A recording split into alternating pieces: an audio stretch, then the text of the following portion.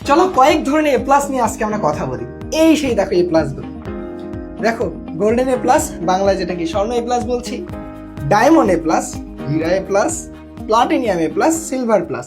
অর্থাৎ আমরা অনেক ধরনের এ প্লাসের নাম শুনি, আসলে বাস্তবে গোল্ডেন এ প্লাস নামে কিছু কি আছে?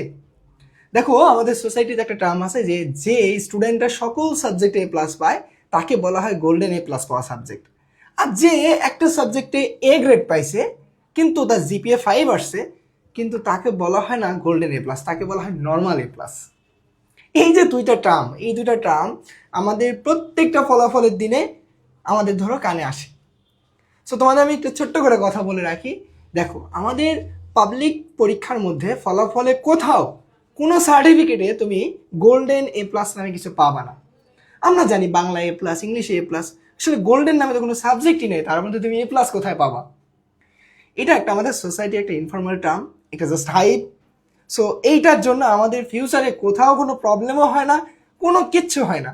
তুমি অ্যাডমিশন এক্সামে গিয়ে কোথাও দেখবে না তুমি গোল্ডেন এ প্লাস পাইছো কিনা। জাস্ট তাদের রিকোয়ারমেন্ট যেটা থাকে যে তোমার ফিজিক্স কেমিস্ট্রি ম্যাথে তোমার এ প্লাস আছে, দেন তুমি এ গ্রেড ন্যূনতম তুলতে পারছো ইংলিশে, এই যে টার্মগুলো এইসব ফিল আপ করতে পারলে এনাফ।